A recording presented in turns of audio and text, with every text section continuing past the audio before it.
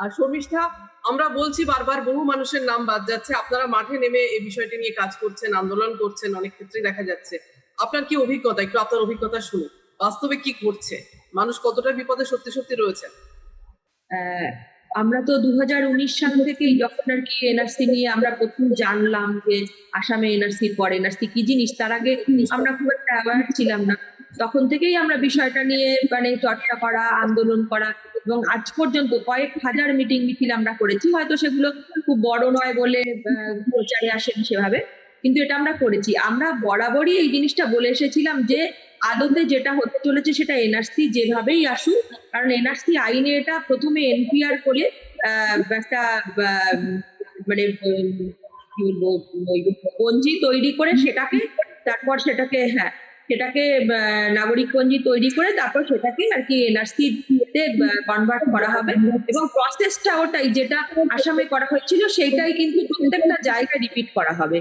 এবং এর এর শেষটা মানে এর শেষ হচ্ছে মানে এমএনআইসি হচ্ছে মাল্টিপল ন্যাশনাল আইডেন্টিটি কার্ড আর কি। এই আইডেন্টিটি কার্ড যেখানে মানে এটা বিভিন্ন জায়গায় লেখা হয়েছে যে ওর মধ্যে একটা মাইক্রোচিপ থাকবে যেখানে সমস্ত তথ্য থাকবে, একজন নাগরিকের উপর নজরদারি করা হবে। এবার এই এনআরসি করার ফলে কিছু মানুষ বেনাগরিক হবে, বেনাগরিকদের জন্য বিশেষ আইডেন্টিটি কার্ড থাকবে, আর যারা নাগরিক থাকবেন তাদের জন্য আইডেন্টিটি কার্ড থাকবে। মূল উদ্দেশ্য হচ্ছে এটা। এবং তারপরে যে আন্দোলনগুলো হয়, সারা ভারত জুড়ে আন্দোলন হয়, পশ্চিমবঙ্গেও হয়েছিল, এবং দিল্লিতে আমরা জানি, শাহিনবাগের কথা জানি, সারা ভারত জুড়ে সেই সময় 2019-20 যে আন্দোলনগুলো হয়েছিল, সেই আন্দোলনের ফলে সাময়িকভাবে পিছু হন সরকার। এবং তারপর যেহেতু কোভিড আসে, কোভিডটাকে সুযোগ হিসেবে গ্রহণ করে তারা কিন্তু বিষয়টাকে তারা সাজিয়ে গুছিয়ে নেয়। এবারে একটা জিনিস ওরা বারে বারে বুঝেছে যে যেহেতু যত ফেন্ট হোক, একটা কিন্তু মানে সুর বরাবর ছিল যে এই এনআরসি কিন্তু মানুষ মানছে না, মানবে না, এবং সেই বিষয়টা বড় আকার যাতে না নেয় ওরা সেটাকে বিভিন্নভাবে ওদের মতো করে পরিবর্তন করেছে।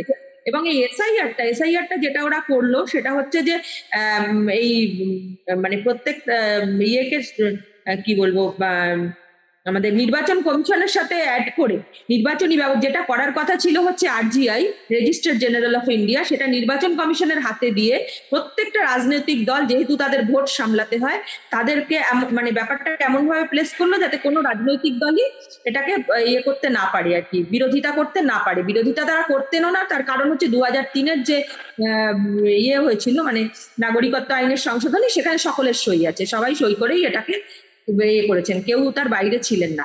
ফলে আমরা যতই চিৎকার চেঁচামেচি করি, এই যে ইন্ডিয়া জোট, আজকে ইন্ডিয়া জোট যদি এই বিজেপির বিরুদ্ধে দাঁড়াতো, সে 2003-এ যা হয়েছে হয়েছে, কিন্তু আসামের পরিণতি দেখে তার শিক্ষা নিয়ে যদি ইন্ডিয়া জোট দাঁড়াতেন, বা আমাদের পশ্চিমবঙ্গে মমতা ব্যানার্জি যেমন বলেছিলেন যে আমি এনআরসি হতে দেব না, মানুষ তো আজও কিছু মানুষ বিশ্বাস করে যে উনি থাকতে হবে না, তো সেটা যদি উনি করতেন, সেটা করেননি, বামেরাও করেননি। কারণ আমি নিজের অভিজ্ঞতা থেকে বলছি, আমরা ওই মৌলালী যুব কেন্দ্রে বিহারের যে ইয়েটা হয়, এসআইআর হওয়ার পর মৌলালী যুব কেন্দ্রের সমস্ত বাম যে শরিক আছেন আমাদের এখানে, সিপিআইএম এর লিবারেশন সহ একটা বড় সেমিনার হয়েছিল, আমরা সেখানে সবাই উপস্থিত ছিলাম, এবং সেখানে আমরা প্রত্যেকের গলায় একটাই সুর শুনেছি, এসআইআরটা ভালো করে করতে হবে। সেখানে দীপঙ্কর ভট্টাচার্য এসেছিলেন, তিনি বিহারের অভিজ্ঞতা সম্পূর্ণ ডিটেলস বললেন, এবং তিনি পরিষ্কার একদম তার ধারণা খুব ক্লিয়ার, পরিষ্কার বলছেন কি হতে পারে। তারা কেউ মানে ইয়ে নন, তারা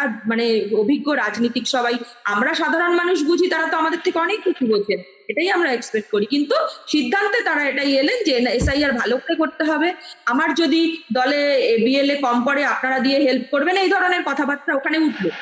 আমরা তখনই বুঝে গেলাম আর কিছু করার নেই, মানে আমাদের শক্তি এত ক্ষুদ্র, এত কম, আমরা তো কিছু করতে পারবো না। রাজনৈতিক দলগুলো যদি দায়িত্ব নিতেন, হয়তো কিছু একটা প্রতিরোধ গড়ে তোলা যেত। কিছু প্রতিরোধ গড়ে তোলা গেল না। সমস্ত শাসক থেকে বিরোধী সমস্ত রাজনৈতিক দল তারা দায়িত্ব নিয়ে এসআইআরটা করিয়ে দিলেন, নিজেরা ভোটাধিকার রক্ষা টক্ষা এইসব ক্যাম্প ট্যাম্প করে লোককে ফর্ম ফিল আপে সাহায্য করলেন, পুরো প্রত্যেকটা স্টেপ ধরে ধরে ধরে ধরে করিয়ে দিলেন। এবং আমরা এই যে ট্রাইব্যুনাল যেটা হচ্ছে, যে এনআরসি আইনে যেটা আছে সেটা হচ্ছে যে যারা বিদেশি ঘোষিত হলেন, যে আজকে পশ্চিমবঙ্গে যেহেতু জুডিশিয়ারিকে অ্যাড করা হলো, বিহারে এটা করা হয়নি, অম্বিকেশ বাবু এটা সুন্দরভাবে বলেছেন যে বিহারে এটা করা হয়নি, অদ্ভুত ভাবে পশ্চিমবঙ্গের ক্ষেত্রে সম্পূর্ণ নতুন করে এটা জুডিশিয়ারিকে অ্যাড করে একেবারে তাদের ভোটার করে ছাপ মেরে ভোটের ছাপ মেরে বার করা হলো, যাতে পশ্চিমবঙ্গ ট্যাপও না করতে পারে। আমরা পরশুদিন একটা ডেপুটেশন দিয়েছিলাম নির্বাচন কমিশনে, সেখানে 40 মিনিট আমার সঙ্গে কথা হয়েছে এবং যে আধিকারিক যিনি ছিলেন মানে তিনি কিন্তু একটাই কথা বারবার আমাদের বলে গেলেন যে আপনাদের রাজ্য থেকে যেহেতু সুপ্রিম কোর্টে যাওয়া হয়েছিল ফলে আমাদের হাতে আর কিছু নেই, তো এবার কোর্ট করছে, আমরা এই ব্যাপারে আর কিচ্ছু জানি না। এমন একটা ভাব যেন ওনাদের মানে কোর্টের হাতে না গেলে ওনারা আমাদের একদম স্বর্গে তুলে দিত। আমরা পরিষ্কার বললাম যে 58 লক্ষ যে বাদ গেল, সে 58 লক্ষ বাদটা তো কোর্ট দেয়নি, সেটা তো আপনারা দিয়েছেন। উনি আমাদের প্রশ্নের কোনো জবাবই দিতে পারছেন না, ঘুরে ফিরে ওই জায়গাটাতেই আসছেন, যত দোষ দিচ্ছেন বিএলও এবং AER ওদের, তাদেরকে নাকি ওনারা সাসপেন্ড করেছেন, যত দোষী পেয়েছেন শুধু বিএলও আর AER ওদের দোষ, আর কোর্টে যাওয়া হয়েছিল বলে ওনারা কিছু করতে পারলেন না, এটাই হচ্ছে ওনাদের যুক্তি। তো এবং কোনো প্রশ্নেরই আমরা কিন্তু মানে সদুত্তর ওনার কাছ থেকে পাইনি। তো এরকম একটা পরিস্থিতি, মানুষ প্রতিদিন বুঝতে পারছেন কিন্তু সেই চোখের সামনে একটা তাদের ঝুলছে।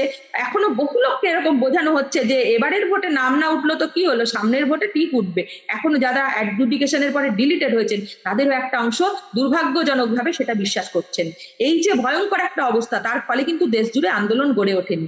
এবং আমরা যেহেতু আন্দোলনের মানুষ, আমরা আসাম দেখেছি, আসামকে পুঙ্খানুপুঙ্খ ভাবে দেখেছি, আমরা একটা জিনিস পরিষ্কার বুঝতে পারছি, এই যে এটা হতে চলেছে মানে ট্রাইব্যুনাল যেটা হতে চলেছে এটা একদম ফরেনার্স ট্রাইব্যুনাল, এটা আইন অনুযায়ী হচ্ছে, যেটা এনআরসি আইন আছে এক্স্যাক্টলি আইন অনুযায়ী হচ্ছে। এটাকে ওনারা অ্যাপিলেট ট্রাইব্যুনাল বলুন বা অন্য কোনো সুন্দর মিষ্টি করে একটা নাম দিন, তাতে কিছু পরিবর্তন হয় না। যে সেইটা হবে এবং হওয়ার পরে আমরা দেখেছি যে ধনে প্রাণে শেষ হয়ে গেছে আসামের মানুষ, ঠিক একই জিনিস এখানে রিপিটেশন হবে। বাঙালি যদি প্রতিরোধ গড়ে তুলতে পারতো সেভাবে, আমরা হতাশ, বাঙালি যদি প্রতিরোধ গড়ে তুলতে পারতো, আসামের অভিজ্ঞতাটা নেই, কারণ আসামের পূর্ব অভিজ্ঞতা ছিল না, তারা শিকার হয়েছে, আমাদের তো পূর্ব অভিজ্ঞতা ছিল। এবং আসামের জনসংখ্যার তুলনায় পশ্চিমবঙ্গের জনসংখ্যা প্রায় 3 গুণ, এই যে 3 গুণ ফলে আমাদের দুর্ভোগ কমপক্ষে 3 গুণ হবে, এটা আমরা আশঙ্কা করছি। আমারই পরিচিত মানে অত্যন্ত কাছের লোক, আমি ফোন করতে ভয় পাচ্ছি, যে যাদের পরিবারে 8-10 জন অ্যাডজুডিকেটেড ছিলেন, ডেফিনেটলি সেখান থেকে কয়েকজন ডিলিটেড হয়েছেন। মানে এই খবর প্রতি মুহূর্তে আসছে, প্রতি মুহূর্তে আমরা মানে এটা আমাদের কাছে খুব মানে কষ্টের আর কি, মানে আন্দোলনের মধ্যে এতদিন আছি, এটা আমাদের কাছে খুব কষ্টের, এটা মেনে নেওয়া খুব কঠিন, কিন্তু এটা আমাদের দেখতে হচ্ছে। এরপরে মানে যদি প্রতিরোধ বাঙালি না গড়তে পারে, সেই ডিটেনশন ক্যাম্পে যেতে হবে, এবং যে দৃশ্য আমরা আসামে দেখেছি সেই দৃশ্য আমরা এখানে প্রতিদিন দেখব, এবং কতটা প্রতিরোধ আমরা করতে পারবো সেটা আগামী দিন বলবে। একটা আমরা দেখছিলাম যে গতকাল আমেরিকায় ট্রাম্পের বিরুদ্ধে গোটা আমেরিকা জুড়ে প্রায় 90 লক্ষ মানুষ প্রত্যেকটা বড় শহর জুড়ে মিছিলে নেমেছেন। আজকে আমরা এটা ভাবতেই পারি যে এখনো পর্যন্ত যাদের নাম ডিলিটেড হয়েছে তাদের সংখ্যা ওই 90 লক্ষ থেকে 1 কোটির মধ্যে হবে, মানে আরো যারা বাকি আছে সেটা যদি করে, তাহলে 90 লক্ষ থেকে 1 কোটির মতো মানুষ বাদ যাচ্ছেন। এদের যদি পরিবার থেকে মানে 90 লক্ষ মানে 90 লক্ষ পরিবার, এবার এদের পরিবার থেকে যদি একজন করে মানুষও রাস্তায় নামতেন, এই 90 লক্ষ মানুষ যদি পশ্চিমবঙ্গ রাজ্যে রাস্তায় নামতো, তাহলে কিন্তু হিমালয় টলিয়ে দিতে পারতো তারা। কিন্তু আজও পর্যন্ত নানা কিছুর দ্বারা মানে তারা ভুলভাবে বুঝুন বা যাই করুন, যেভাবেই হোক আন্দোলনটাকে ঠেকিয়ে রাখতে পেরেছেন আমাদের শাসক বিরোধীরা সকলে মিলে, এবং যার ফলে এনআরসিটা ওনারা সাকসেসফুলি করে নিলেন, যেটা 2003-এ সবাই মিলে অঙ্গীকার করেছিলেন হাত রেখে, সেটাই তারা সাকসেসফুলি করলেন। এটা আমাদের দুর্ভাগ্য, আমরা পারলাম না, এটা এখনো পর্যন্ত পারলাম না। সময় বলবে, আমরা অতটা আশাহতও নই যে মানুষ যে কোনো সময় পরিস্থিতি ঘুরিয়ে দিতে পারে। এবার যদি পশ্চিমবঙ্গের মানুষ সত্যি সত্যি রাস্তায় নামেন, 2019-এ যেভাবে নেমেছিলেন সেভাবে যদি নামেন, নিশ্চয়ই পরিস্থিতি কিছু অন্তত পরিবর্তন হবে। আশার আলো এখনো আমরা ছেড়ে দিইনি, মানে আসার কথা এখনো ছেড়ে দিইনি। এই ওভার।